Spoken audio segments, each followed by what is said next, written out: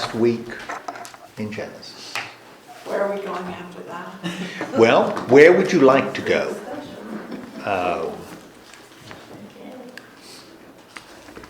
I was thinking we could do something.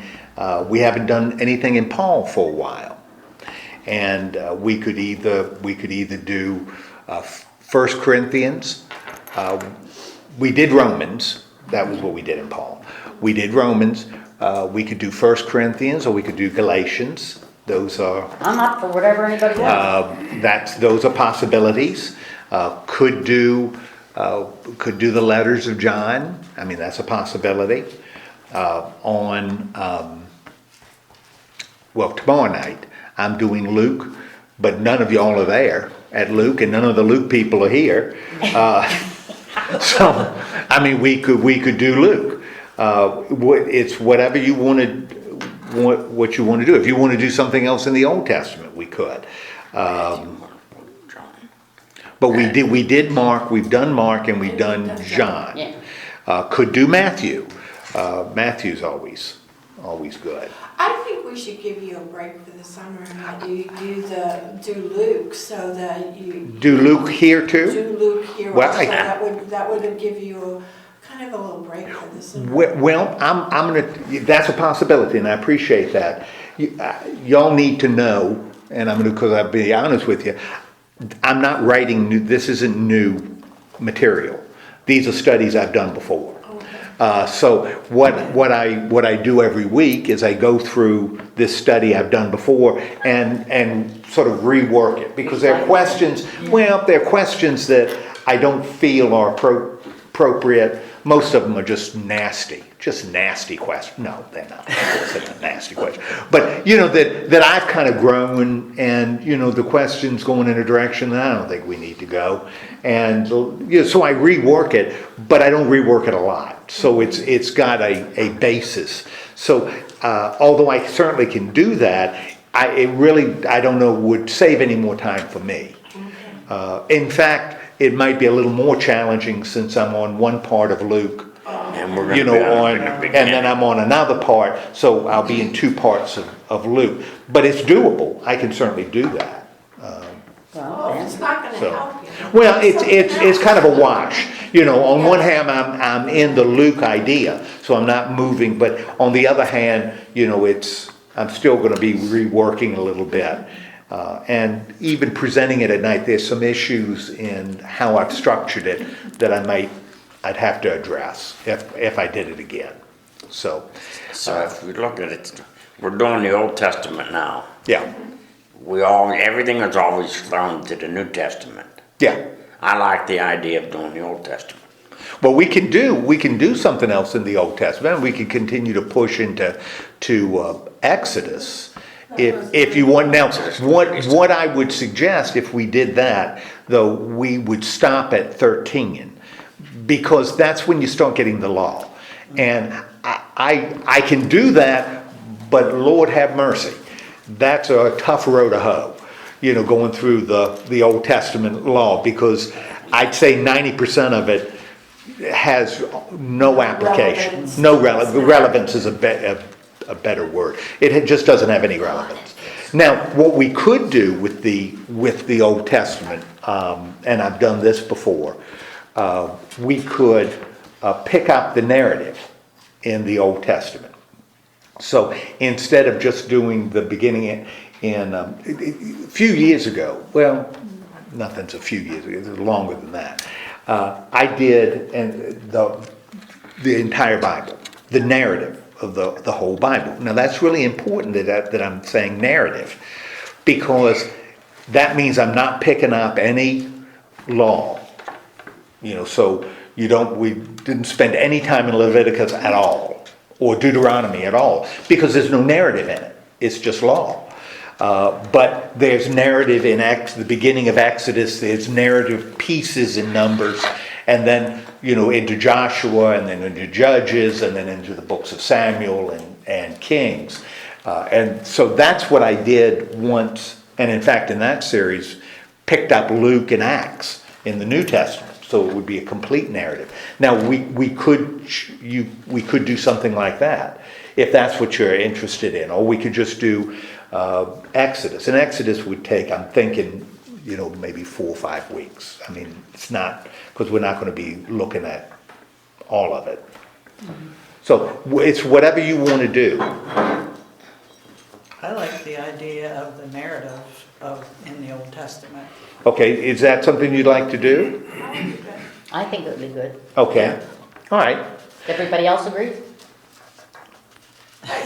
Okay, well, then that's what we'll do, and it will mean a whole lot of work for me, a huge amount of work for me doing this. So thank you very much. Listen, definitely. You have it already filled out. Don't work too hard. What's that? I'm sorry. Yeah, Barb. I know. Yeah. Again. Gee. You can lay on What ground. would Gary do? What would Gary do? Oh. Gary. Oh. Good one, Dad.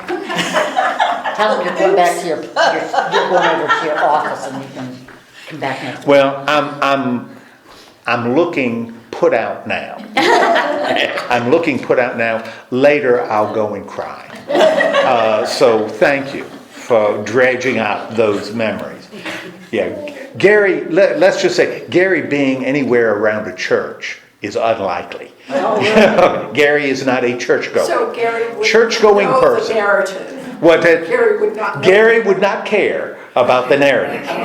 That would not be a high priority on What's he for do? Gary. What's he do for a living? You He- said once, I can't remember. He works for he's a male model. Has done some Chippendale dancing when he was younger. Maybe I saw him. Yeah, you may have seen him, Didn't he because he was touring for a while. So it's that's basically what he. If you've ever looked at a Penny's catalog, he's in it usually a half dozen times. So it's. Did you work for a dentist? Did I work for a dentist? Oh, you had a nice teeth, remember? Yeah, I know. It would bring money in for a dentist. Yeah, I mean, yeah, not these teeth. I was doing reading to these kids at Amanda's preschool, and one little girl looked at me and she said, "What's wrong with your teeth?" And see, because I drink coffee, Yeah. and so I don't They get worry snapped. about why, and so Yeah. they're kind of stinging, and that always makes you feel good when a little kid, "What's wrong?" Because most adults won't ask that. They may think it, what's wrong with that? But a kid will say, "Wow, you're old," that kind of thing. Yeah. What's wrong with your teeth? I You said, have "Well, all your own teeth. I do, and then we're going to have to get started. Not only do I have all my teeth. You have all your hair. Yeah. Shelley, why did you have to do that? I'd expect that from the other end of the table. And you do have all your hair back here. What did you say? You have all your hair. All my hair? I used to have more here. I know, but you got lots. I wasn't bald in first grade. Well, think about it. When you were born, you probably didn't have. I did. I had a lot of hair. You had a lot I had a lot of hair. Okay. Yeah, it's from there. It's going down. Oh, well. No. I even went to the barber and had all my facial hair cut off. Oh. Except my mustache. Oh, see, that's. But I left everything growing. Well, one you said about teeth. Not only do I have all my teeth, I don't have a filling. I've never had a Oh, filling. God bless you. You're kidding me. Wow. I have never had a Oh, filling. my. And I shouldn't say all my teeth. Got to have an asterisk, because I had 4 pulled, because I had a face like Quasimodo. I had teeth everywhere. Yeah. And so when I was 19, they, back in the day, braces were awful. I mean, they were metal and they had wires sticking Yeah. out. And my dad, I played sports badly, but Dad really wanted me. He wanted an athlete. He didn't get one, but I played sports. And one of the things playing sports with those metal braces, You don't that was awful, You don't- because it tore your face, the inside of your mouth out. So no braces, no braces. Well, because playing sports. Well, when I graduated, and it was obvious that I was, my sporting career was done. It was done way before I graduated. But then Dad said, and I remember what he said. He said, Dad, right now I say I'm in college. He says, I will pay for braces if you get them in the next 6 months. If you get them in the next 6 months, I'll pay for them. After 6 months, you're on your own. And like I said, I had teeth everywhere. They were everywhere. And I thought that was one of the wise decisions I made. I said, Dad, I'll take you I'll take you up on that offer. And so when I was in college, that's when I had braces. And so they had to... That late. Yeah, because that was my last chance. Before I was playing sports and, I know. it was awful. And they pulled 4 teeth, those teeth. But outside of those 4 that were pulled, I have my wisdom teeth. So no cavities. I have no cavities at all, never have. It is horribly embarrassing going to a dentist. Horribly embarrassing. Why? Well, it's because I'm there in the chair and the dentist looks at my teeth. And then he says, come on, you've got to see this mouth with no cavities. And then people, the dental hygienists come around and they look at my perfect teeth. It's so embarrassing. Well, see, I didn't get any teeth. What's that? I didn't get all my teeth. You didn't get all your teeth? No, my jaw's so small. Oh. But I didn't get all 4 wisdom teeth. I didn't Uh-huh. get 2 teeth on top and bottom in the front. Uh-huh. So I was toothless. You would, Not really. It was but teeth. you were less. Yes. Had less. My daughter, teeth. we had to have some of her teeth. Yeah. Yeah. When they come in, we had to have them pulled right away because she wasn't big enough to Yeah. have all of Well, them. see, that's my problem. That's why they had to pull 4, because I had too many teeth for my mouth. So, okay, we're looking at Genesis. See, we come, Lord. people in Nigeria have heard all of this Oh, my gosh. conversation, so it's. I hope they found it interesting. We're talking about Genesis. We're coming to the end. There's nothing after this. What would you call, and so I don't want to spend a lot of time reviewing because it would take forever. What do you see as a flow, the general flow in Genesis? You had to summarize Genesis in a sentence. What would you say? How would you summarize the book of Genesis in, 20 words or less? How God showed mercy and compassion to the Israelites. Okay, how God shows mercy and compassion, that's how you would summarize it. Okay, good. What else? Any other ideas? I think, go ahead. God made covenants. Okay. With many. God made covenants, and a covenant, of course, is a contract. Okay, so that would be a way you could do it. What else? Well, God made his children in his image, and all through Genesis you grow and add to the families and that sort of thing. Okay, so that he's building on what was made at the beginning.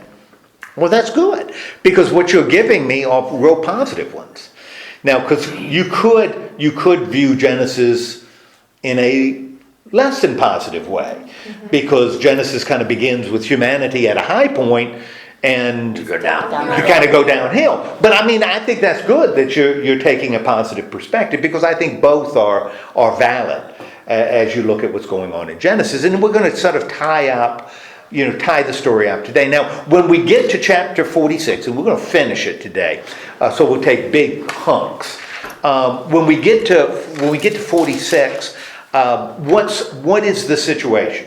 What's the situation when we get to chapter 46? Jacob goes to Egypt. Okay, we got Jacob getting ready to go to Egypt. What has transpired that would get us to that point? Famine. Famine, yeah. Okay, we got global famine, or at least global in their perspective of global. Oops. What does that tell me more? Come on. What do we know about what's happened with Joseph and his brothers? Because that's been our focus for two or 3 weeks. Yeah. Joseph and his brothers. His brother's jealous of him.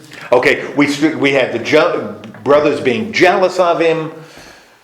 throw him in a hole, Yeah. sell him to Ishmaelites, but He comes out of He it come best. out of it as Second in Egypt. better than his family was. okay, yeah, he comes better than his family, second in command in Egypt. And if we just looked at the process, you'd say, wow, talk about being at the right place at the right time. You know, when you started at the wrong place at the wrong time. You know, this is an incredible story.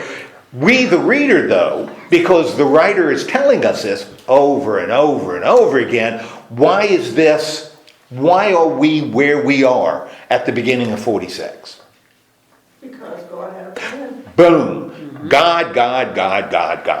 And that's what we got. God. God was with Joseph. God, led him to do what he did. Joseph even says, that's why I was in Egypt. To save the world because of the famine. God. So this is like I've said before, when we look at Genesis, and really when we look at the Old Testament. Old Testament is a biography of God. That's what it is. There are a lot of people in it, that come and enter the story and lead the story, but it's really his story, even when you look at a book like Esther, and Esther's a fascinating book because It doesn't talk about much. God isn't even mentioned in Esther. Not mentioned one time in Esther. But Circumstances it is still, work out. the reader still said, man, this wouldn't happen unless, and so we've got God present. And then too, Joseph forgave. Yes. So we've got at the end of 45, we got the brothers there. Joseph is in second command. He forgives his brothers, and file that away because that's going to be pertinent in what we're looking at today. God's forgiven them, and we've got reconciliation. Joseph has talked to Pharaoh. Pharaoh tells him what? Bring your family. Get your family. In fact, I'll send the U-Haul. I'm going to send the U-Haul myself, and you pack your family up, move to Egypt. What part of Egypt? Goshen, land of Goshen. That's where they're going to settle, and everything is going to be great. Now, at the beginning of 46, what do we got happening? He said, all was his to go. The Okay. rich bastard. Israel, now, again, one of the interesting things we've seen in the last, 10 chapters or so, is this individual, particularly his name. And what is his name at the beginning of 40? At 46? He's called Israel, but soon he's going to be called Jacob. So it kind of goes back and forth, and we don't worry about that, or we may not want to. I don't think there's any reason to look for a deeper meaning. Like when he's called Israel, he's being spiritual, but when he's being Jacob, he's called Jacob, he's being Jacob. I don't think that's what's going on. I think he's just, the redactor is just borrowing from different traditions. Different people have written the story and used a different name for the same individual, and the one who is putting the stories together evidently feels keeping those stories the same without changing them is important. So if his original Jacob walked right down the middle of the road and everything fell towards him. Jacob, and he was something. Jacob was something. So anyway, we got Israel, and what does Israel do before he leaves? Makes a sacrifice. He's got to make a sacrifice. And where does he make the sacrifice? Beersheba. Now, Beersheba was important a little bit earlier in the story. And why was it? Do you remember? If you do, man, give yourself a star. I think Debbie's got some stars. She left in my office. I'll give you a star. Because if you know this, you are really cooking. What did you ask? Huh? Repeat the question. Well, I'm not. That's part of what makes it hard. No, why is Bathsheba? Bathsheba's come up before. Why is it important? Oh, yours. You got a Bible that's telling you. Well, you don't get a star. Your Bible gets a star. Okay, what does it say? It says Beersheba was also where Abraham and Isaac had produced the sacrifice. Yeah. And where Isaac had lived. And it plays a role in the Isaac story and the Abraham story. What becomes interesting is Bathsheba's in the south. And remember one of the things that I said, and you see this when you look at Genesis, and you see it when you look at Exodus too, and the other. If we explore the narrative, you'll see it in the narrative. You know, there are stories that have a northern tinge, there are stories that have a southern. And, you know, we've already seen that sort of play out a little bit. Southern stories will tend to emphasize Judah. Northern stories will tend to emphasize Joseph and particularly Ephraim. It's what and locations. Shechem is in the north, Bethel's in the north, Beersheba and Jerusalem are in the south. So when they enter the stories, you know, we're talking about southern stories. This is a southern story. And we saw stories where Judah was the hero was southern, and this is another one. And one of the things you see in the southern story is Israel tends to be called Israel. That seems to be one of the characteristics in the southern story. That becomes his name. And he's in the south now. So Beersheba is there. Geographically it makes some sense because Beersheba in the south would be on a route to Egypt. So he does the sacrifice, and what happens as he's doing the sacrifice? God talks to him. God talks to him. And what does God say? He'll make him a great nation. Okay, he's going to be, now, we've heard this before, right? When did we hear about him being a great nation? A couple of times. A couple of times. We've had this covenant repeat, right? And to Jacob and Israel, it's been repeated. And it's being repeated again, but there's a little twist on this one. What's the little twist that God puts? And again, he's appearing in a vision, that's a strain too, you know, where God isn't talking to him like in a personal appearance, but is speaking through a vision. What is That he's told him to go down to Egypt. okay? That he's going to go to Egypt. But It's going to be back here. you're going to come back. Yeah. You know, you're going to Egypt now, but you're going to come back. Now, why would that be important? Again, as we look at somebody who's organizing this story, who's shaping this narrative, why would this be something that the redactor, as he's going through this pile of traditions to shape into one story, why would that be something really important for him to include?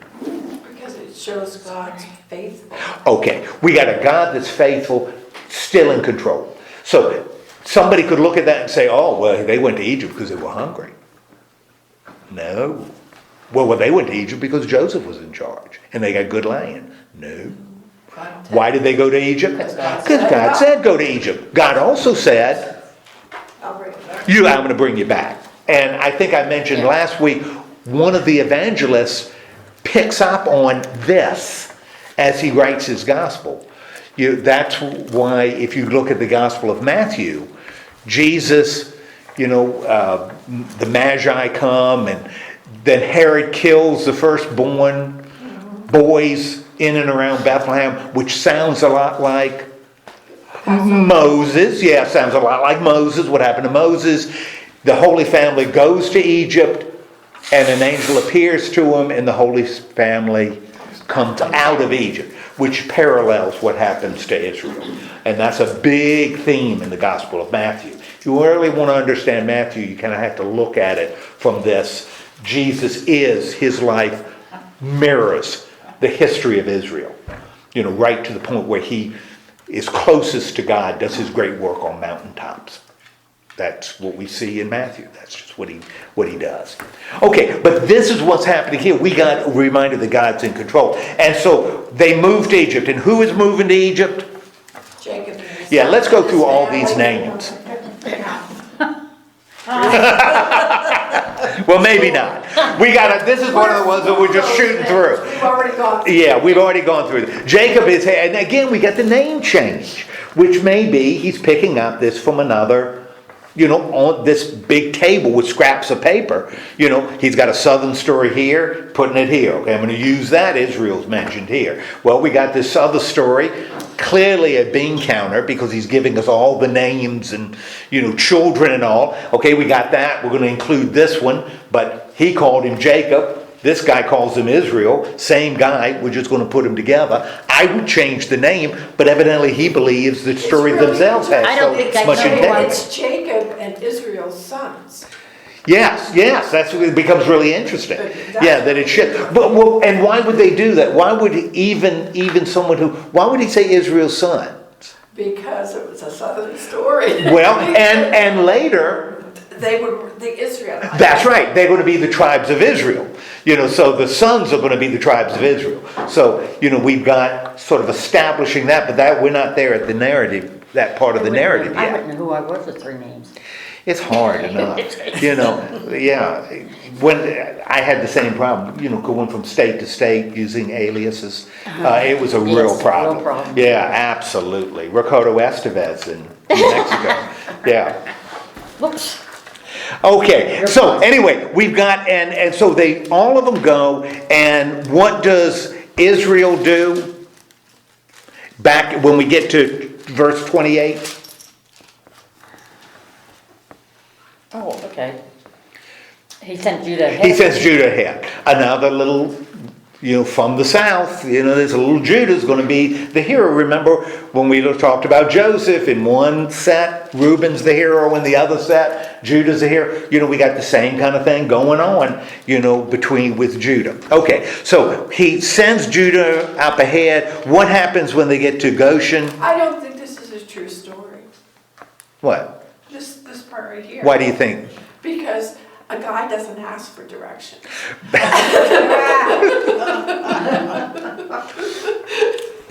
I'm sorry. I think, I've spent a fair amount of time studying scripture, and I think I've done all right. This is giving me insight I never had before. Well, if this is wrong, the whole thing. No, it's telling you men should ask for directions. That's what it's telling you. Yes, it's grounded in scripture. Well, I do that. Okay, what does so they come? There's this wonderful reunion, right? And what does Joseph tell his brothers he'll do and they should do? So they get to the land. What does Joseph? Joseph gives them some instruction, right? Tell them you keep sheep or Okay. shepherd. When Pharaoh asks you, what do you do? What should they tell him? My brothers and my father's household. Okay, we're all brothers, Yeah. right? And we are shepherds. Now it's kind of interesting. Joseph then says, why does he want him to say that? Because he'll give them the land of Goshen. Give them the land in Goshen. What does he say about the way Egyptians view shepherds? They're detestable. They are detestable to the Why? Egyptians. Excellent question. Why do you think that shepherds were detestable to the Egyptians? They didn't like sheep. Well, there's been a lot of ideas floated on why, based on history, because you really can't find much in scripture. Some theology, but not any scriptural base. That the Egyptians, and this is based on analysis of bones, Small. is that Egyptians tended to be vegetarians. And so, Just snob. well, that's another one. That Egyptians tended to be vegetarian, therefore consuming flesh was not something that the Egyptians saw as preferable. It wasn't the thing. It wasn't the thing to do.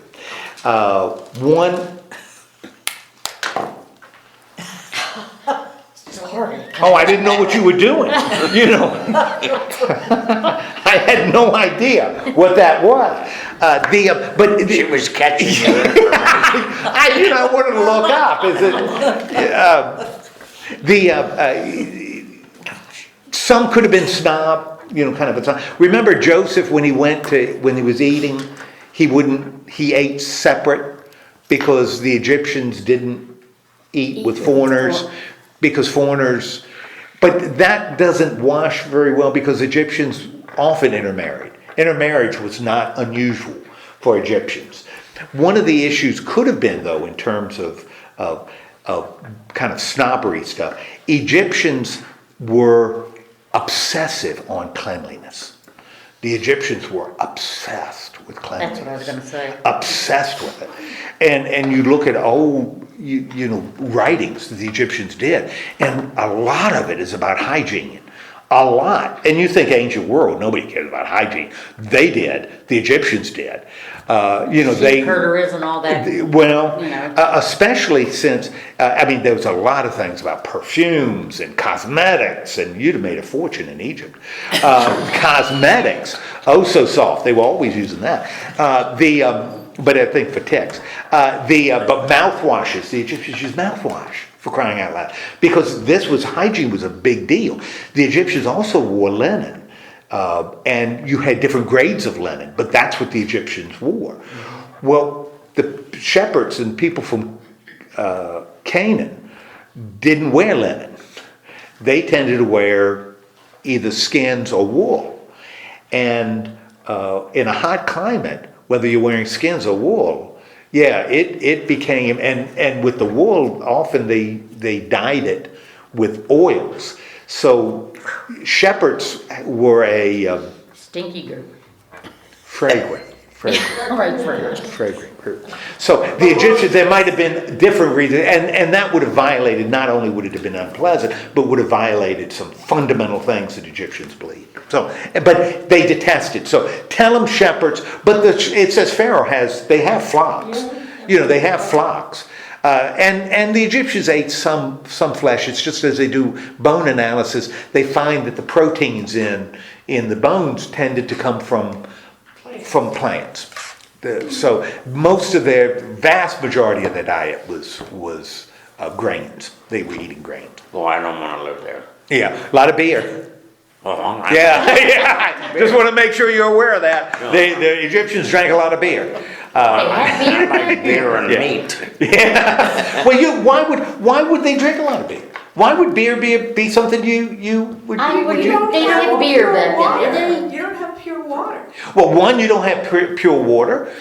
Beer preserves grain, you know, because you're fermenting it. Just like why did the Greeks turn their grapes into wine, you know, and their olives into olive oil? Man, you couldn't ship a shipload of grapes. It wouldn't be much when you got, but you could Wine. You could do wine and you could do oil. So I mean, that's just what they did. So they drank a lot of beer. Beer was a major part of the diet in Beer Egypt. was Yeah.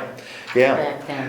In fact, they developed light beer. No, they didn't. So anyway, Jacob comes, right? He tells them what happens when Pharaoh calls them. They do what he said. They do what he says, and everything is good. And what happens when Jacob shows up?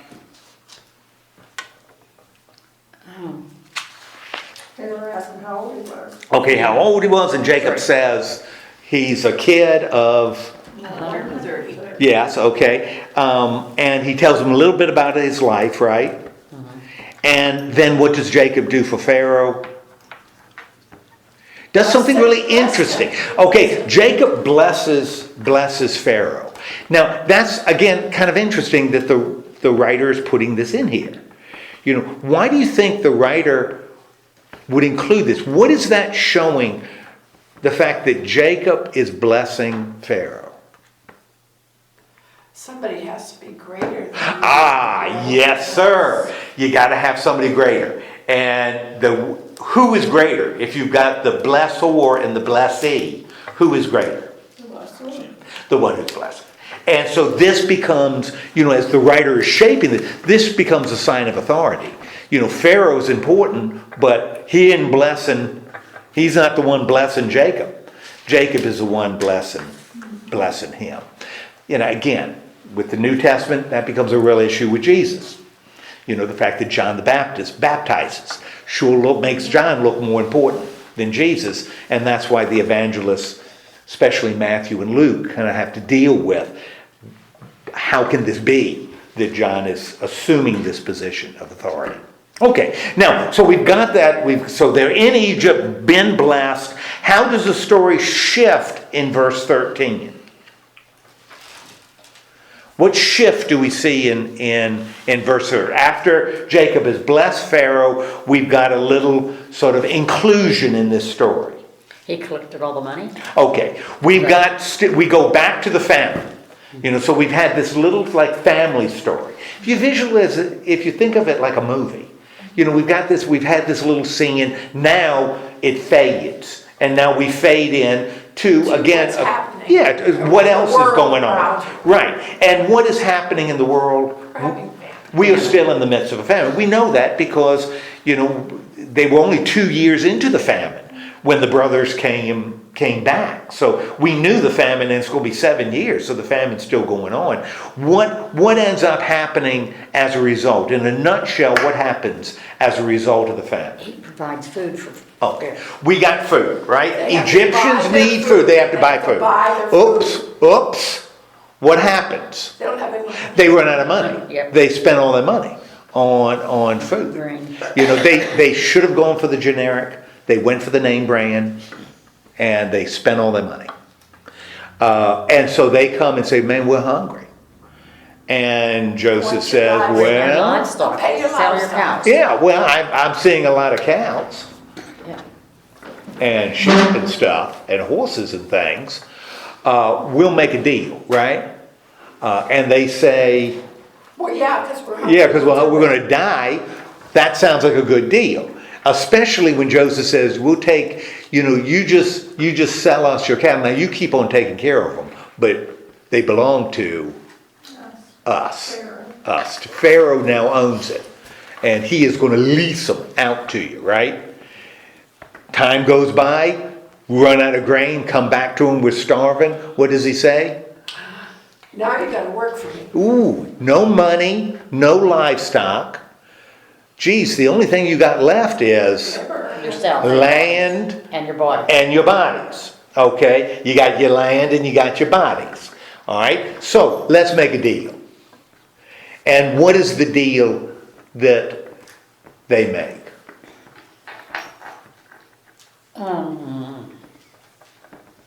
First, all the land goes To Pharaoh. to Pharaoh.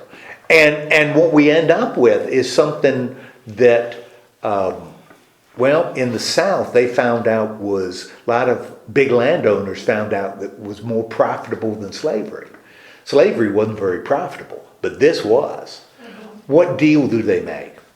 That they get to pay a fifth of what they do and keep forfeits. Yeah, they become sharecroppers.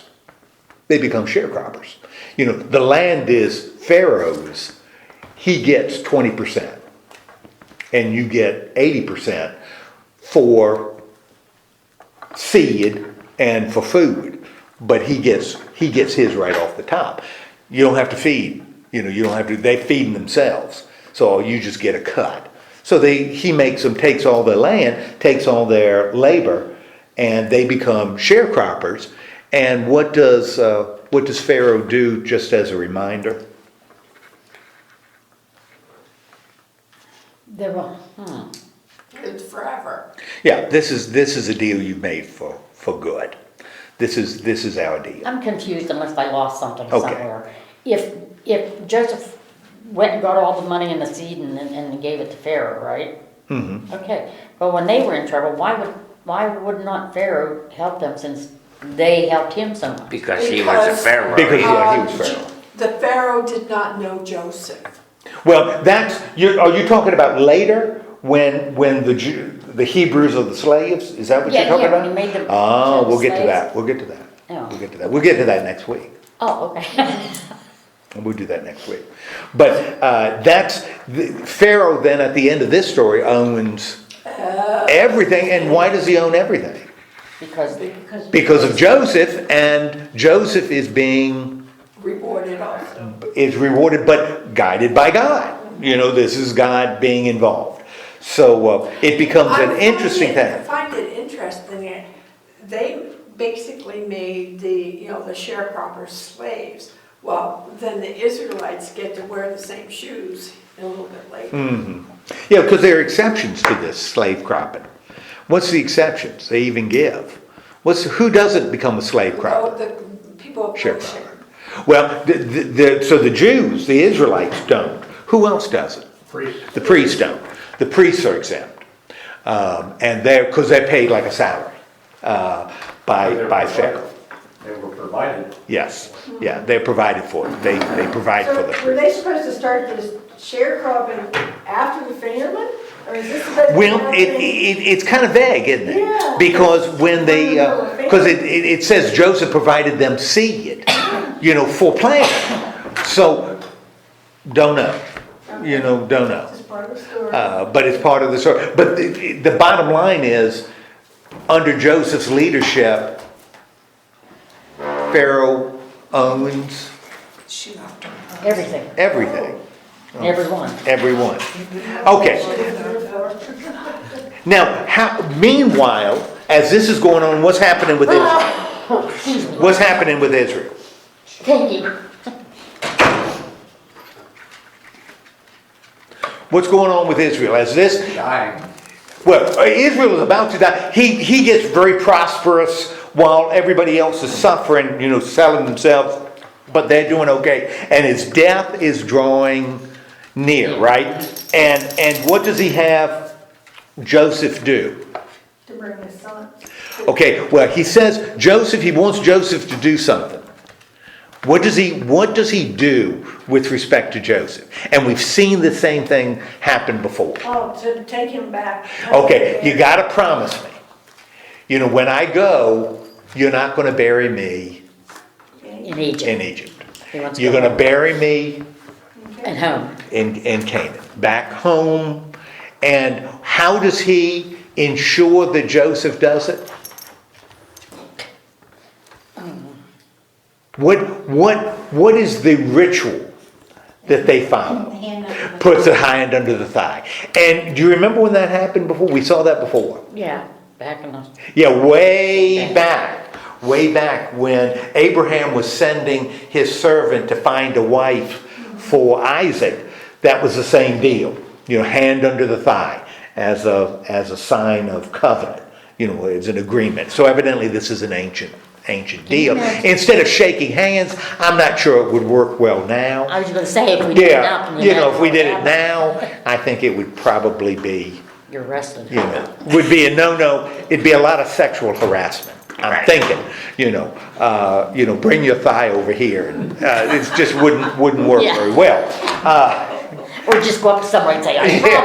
Yeah. Hi there, Joe. It's just not going to work. All right. Now we got this story. He is in big trouble. Jacob is ready to exit the scene. How does the story shift in chapter 48? He told him his father was ill. Okay. So he took his two sons. His father is in, and so Joseph takes his two sons. And remember, Joseph married an Egyptian priestess and had two sons. And the sons were Manasseh Yeah, there you go. and Ephraim. Yeah, or Ephraim, it doesn't matter. And so those are which is the oldest? Manasseh. And as soon as you see that, you know who's going to be blessed, right? Because how does God work? He doesn't follow human rules. No. He kind of makes them up. And so we got a good idea that Ephraim is going to be the one that's going to be blessed. So Joseph his father's ready to die, brings his sons over to his father, and what ends up happening? What does Jacob do? What does Israel do? And he sat up in bed, rallied his strength. And sat up Okay, in bed. rallies his strength, sits up in bed. What's he going to do to these two boys of Joseph? He is going to bless them, right? And Joseph knows which son should get the right hand blessing and which should get the left hand, right? And so he puts the sons right where they're supposed to be, right? Yes. And so who is over to Jacob's right? Manasseh, of course, because he's the oldest, should get the right hand blessing and then the left hand blessing. And so as he's going to bless, what does Jacob do?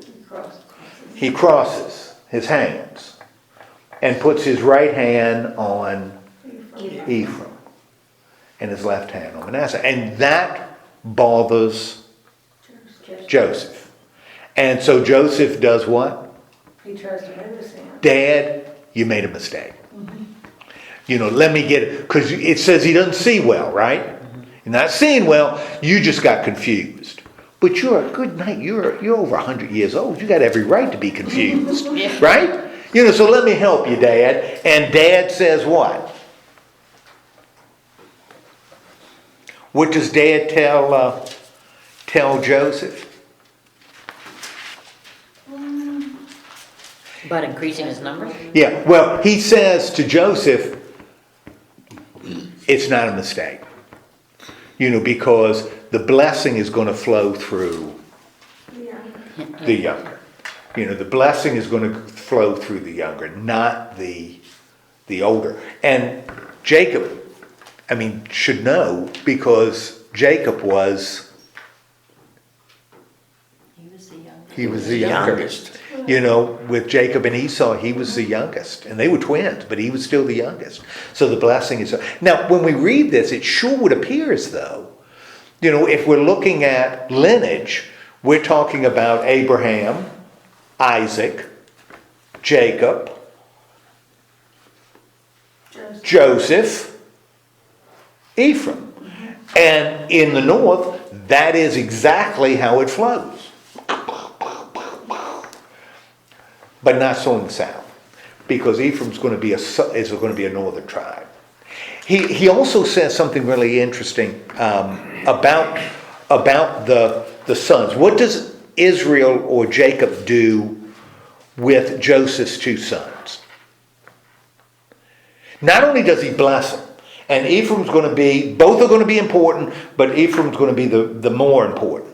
What else does he do, which is kind of important? At the end of the chapter. Give more land. What does he adopts him, doesn't he? Yes. As he's about to die. Now, why is that really important that he adopts him? In other words, that Manasseh and Ephraim are going to be the sons of Israel. Why does that become kind of important?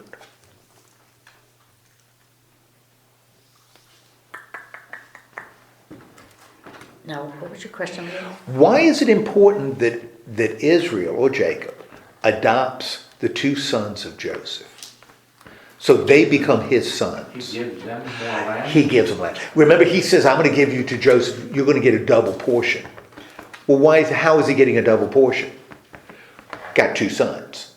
So instead of Joseph getting, this is going to be Joseph, your land. Instead, Manasseh's going to get a share and Ephraim's going to get a share.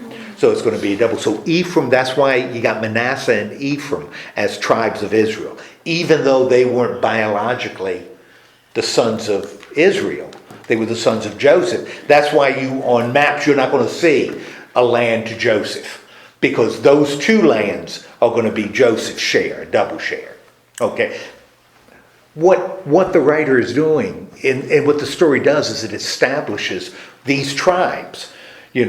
Establishes the history of the tribe. And he's talking to people who know that there's a land of Manasseh, a land of Ephraim. Well, somebody's going to raise their hand and say, they aren't children of Israel. Well, the storyteller says, yes, they are. Let me tell you the story about what happened before Jacob died. So this establishes what people who are hearing the story already know. It explains what's happening on the ground. Grounds it in history. Okay. Jacob is about to die, right? And what does he decide to do before he dies? He said to Joseph that tell him he's going to die. He said, but God will be with you. Okay. Take you back to the land of your fathers. Okay, so boom, we got his little spiel with Joseph over. Then what happens in chapter 49? He's gonna bless his son. Now he's going to bless each of his sons. And one of the things you're going to see in the blessing, and this is really kind of cool, because, and we see this over and over and over again in Scripture, the characteristics that are going to be part of the blessings to the sons, historically are going to occur. Now, you can look at that and say, oh, he's being prophetic. That's fine. That's fine. You know, I think there could also be a real practical explanation that the people who are reading this know where the tribes end up living. They don't know here. That's not going to happen until we get till much later, where the land is divided. That's in Joshua. There's no illusion who's going to get what land. But the characteristics of the tribe match historically what they'll end up being. You know, for instance, you know, we've got Dan on the water because that's where they're going to get land. You know, so Gad, not Dan, Gad. So we've got, you know, what they're doing is they're showing he's putting these characteristics back into this blessing. You know, well, why is Judah so important? Why have kings come from Judah? Well, let's look at the blessing that Jacob gave to Judah. Because and we're going to see that with the law. That's what ancient people tended to do. You know, if you had good practical laws, you have more authority if the laws come from God than come from me. You know, and so the Jewish law is always going to come from God, even though it has to do with how do you deal with your land? How do you deal with debts? How do you deal with somebody who breaks the law? You know, pretty mundane things, but this is from God's mouth to our ears, and therefore it has authority. And that's what he's doing here. He's using this to explain the future of the tribes, kind of grounding it in history. So he starts blessing, right? And Reuben, because somebody later who's hearing this, they're going to say, well, Reuben isn't the most important tribe. You know, Reuben's the oldest. He should be the most important tribe, right? You know, I know people from Reuben. They're no special. They're no great shakes. Well, what does he say about Reuben? How does Jacob bless Reuben?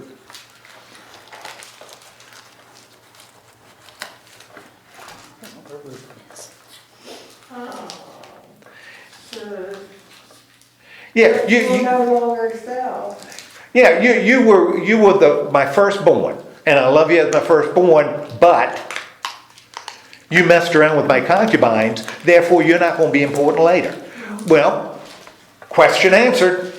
Well, why isn't there land for Simeon and Levi? You know, there's no territory for Simeon and Levi. They killed them.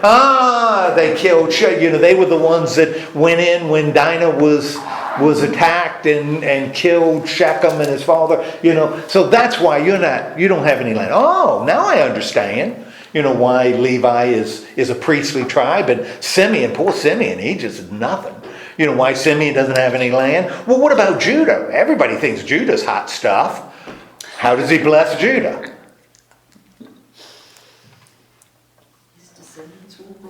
Oh, you're destined to rule. Well, there's nothing in this story other than occasionally Judah becomes a hero, you know, but again, talking to people 1,000 years later, oh yeah, that's why the king in Jerusalem is from Judah, because it's part of his blessing. I was wrong. I said Gad, Zebulun is the one on the coast. You know, why, you know, well, look at the blessing. You know, that's where they're going to be. And you go through each of the sons, and they bear characteristics, some of which you won't even hear, because some of the tribes are going to kind of blend together. You know, that they just aren't going to be all that important later. One of the tribes that and Joseph is going to be blessed, but it's going to be coming through his two sons. One of the tribes that's become really interesting is Joseph's little brother. And who's Joseph's little brother? Benjamin. And based on what we saw in the story, we would expect his blessing to Benjamin would be what? Would we expect it to be good, or would we expect it to be bad? We'd expect it to be good, maybe the best, you know, because Jacob loved Benjamin, my goodness gracious, and he was the absolute youngest. But when you look at his blessing is not good.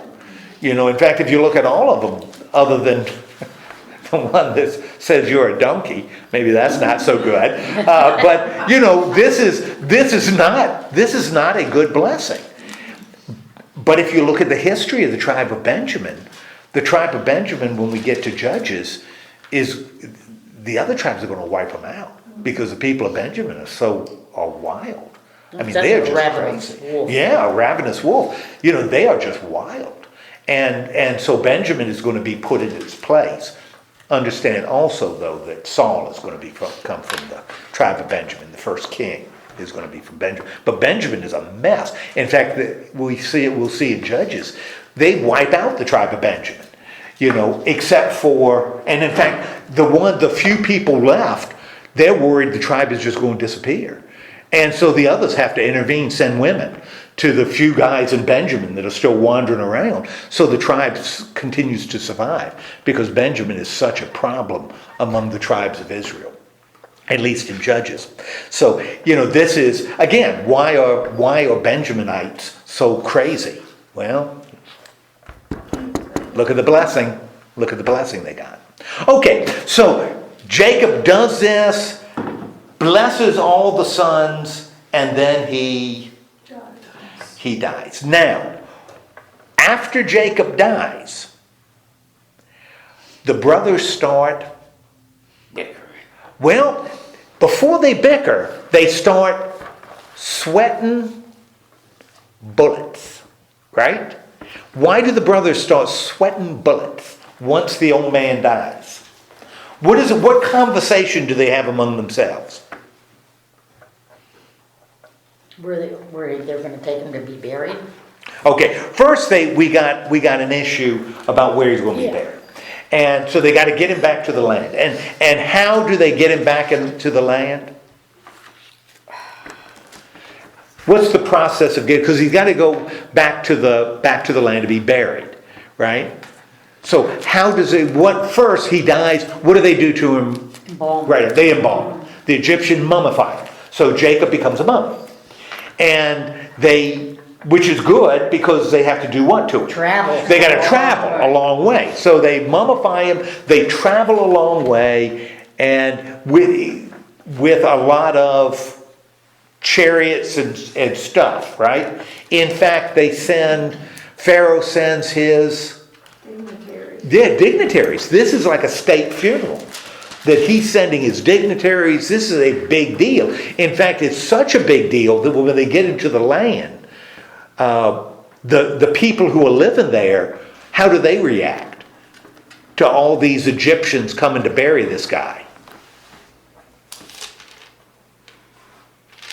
What's the reaction of the Canaanites? I don't think they wanted him to go, but he said he'd be back. Yeah, well, the Canaanites, whoa. Because the Egyptians, not only are they with the chariots and, their pomp and circumstance, what are the Egyptians doing that really kind of freaks the Canaanites out? They're mourning. And when they're mourning, they are mourning by doing what? Wailing and crying and stuff. And they're saying, my gosh, what's going on here? We got these Egyptian officials in their fancy chariots and fancy linens, and they are weeping and wailing. That's 7 days of it. Yeah, 7 days of weeping and wailing. Man, that kind of dry you out. So it's a big, big funeral. So they bury Jacob in the land, which becomes important because... They called it Abel. How do you say that word? Mizraim? Yes. So and he has a presence in the land just like Abraham, just like Isaac. He's also there. Okay, and Leah. Finally Leah, gets, because that's where he buried Leah. I don't know where Rachel is, but Leah is there. So he is going to spend eternity with his... Ugly wife. Yeah, ugly. She had beautiful eyes. Or cow eyes. She had cow eyes. Okay, so now they do the funeral, and we all know how big funerals are. They do this funeral, they have the dinner, they're back home. Now the brothers start having a conversation among themselves. What do the brothers start saying among themselves? They're worried. Yeah. The brothers are worried now. Why are the brothers For what worried? they did to him. You know, Dad may have kept Joseph from doing what Joseph really wanted to do. And what do they assume Joseph really wanted to do? Kill him. Yeah. Joseph must still be bearing a grudge. And the only reason he hasn't acted on it is because of Jacob. Didn't want to hurt Dad. Yeah. Now, remember we had the same thing, with Jacob's story. When he and Esau, when when Isaac was alive and Rebekah plotted and Esau was going to get him, but evidently Isaac died and Rebekah said, when mourning is over, Esau's going to want to settle up with you and it ain't going to be good, therefore you got to get to Laban. You got to get out of town. That's what the brothers are thinking. That now that Jacob is going, Joseph is going to say, okay, Dad's going. Okay. No reason. There won't be a problem at the family reunion. Now we're going to settle some scores here. Yeah, we're gonna thin out the family. Yeah, we're going to thin out the family. And so what do they end up deciding to do? And this is, this is kind of typical. So what do they decide to do? They threw To be themselves slaves. on his mercy. Yeah, they're going to throw themselves at his mercy. And we are your slaves. So what they want to do is they want to kind of buy him off. Yep. They're gonna take the initiative before and how does he respond? And this may be, I'm gonna tell you, I don't think it's an accident that this comes at the end of Genesis. Because I think what Joseph says, and it's like I said, it's not an accident. I think it's this redactor who's shaping the story. This becomes the key sentence in the entire book of Genesis. The brothers come to him and say, we're going to be your slaves. And Joseph responds. Joseph knows why they're doing it, right? Mm-hmm. And how does Joseph respond? He says, don't be afraid. Don't be I'm afraid. in the place of God. And then he says, You intended to harm me. in verse 20, what does verse 20 say? God intended for me. Even though you intended to harm me, God intended it for good. And I think that becomes the key sentence in Genesis, that human beings are doing their thing. And as we've looked at people in Genesis, we've seen a few good ones. Who would be the good ones that we've encountered in Genesis? The ones that we would say are exemplary, moral examples for people. Who would we hold up as a moral example from Genesis? Joseph? Okay, Joseph would be a good example. Who else? Any others? Sure. Abraham, he's talking about... Abraham, oh yeah, Abraham as a moral example? Oh, no.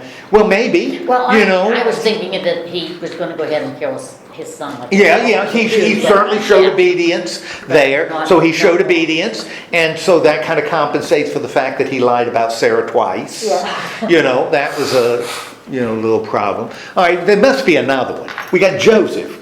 Come on.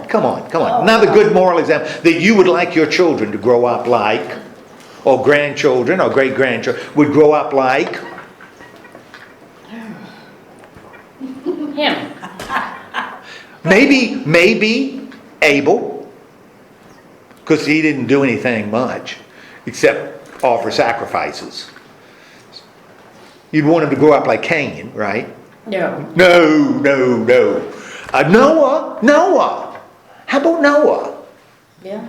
Yeah. Well, yeah. He does But some keep things him. too. Yeah, keep him away from wine. Yeah. And Can't be dirty. don't dress him in Velcro. Yeah. So Noah maybe not. Well, Isaac.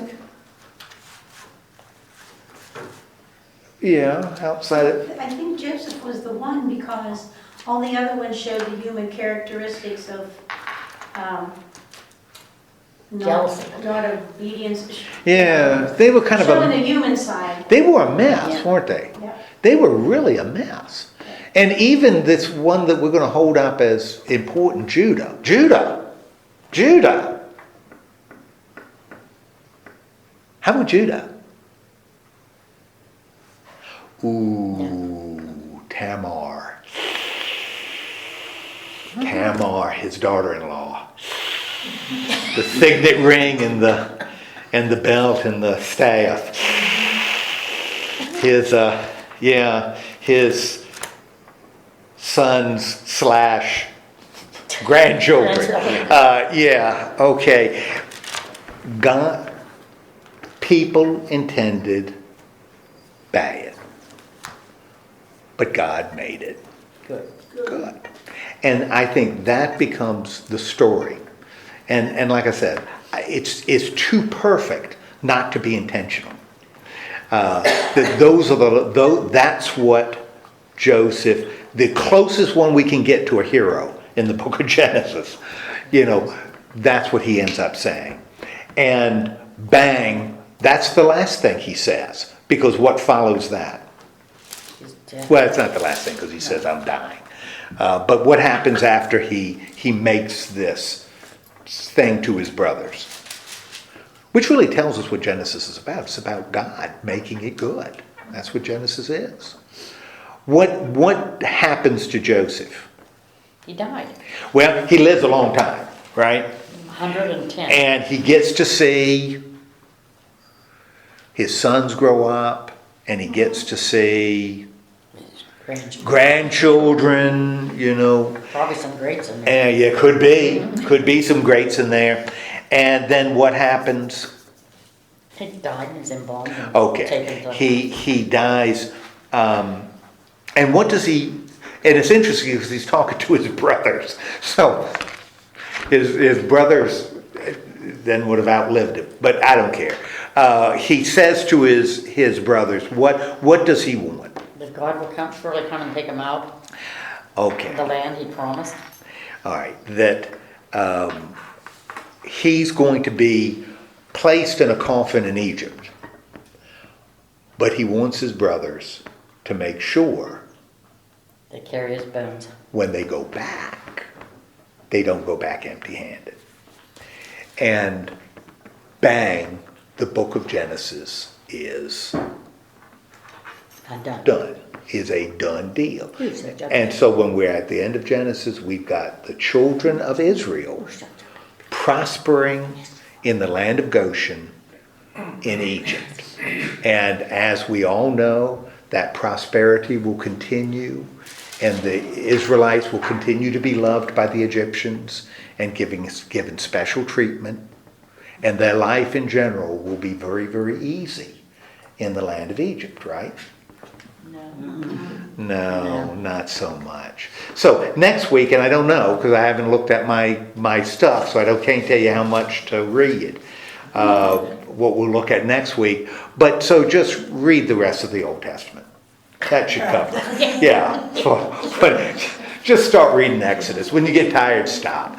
Exodus is, it's kind of fun, until you get to the law, and then it kind of slows down a little bit.